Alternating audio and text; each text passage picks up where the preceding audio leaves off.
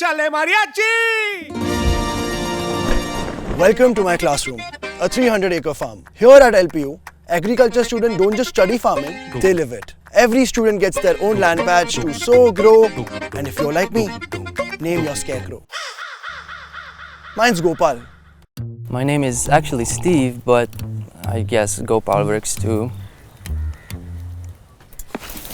Farming at LPU isn't just cows and flowers, folks. It's innovation. We're talking hydroponics, drone-based agriculture, you name it. So we head out.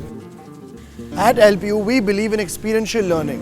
I've visited commercial farms, chatted with real farmers at rural visits, even toured agro-industries. See these vegetables?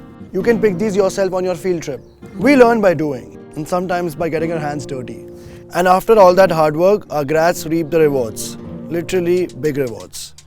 LPU agriculture students have been harvested for job offers from 10 lakhs per annum to 20 lakhs per annum right out of college.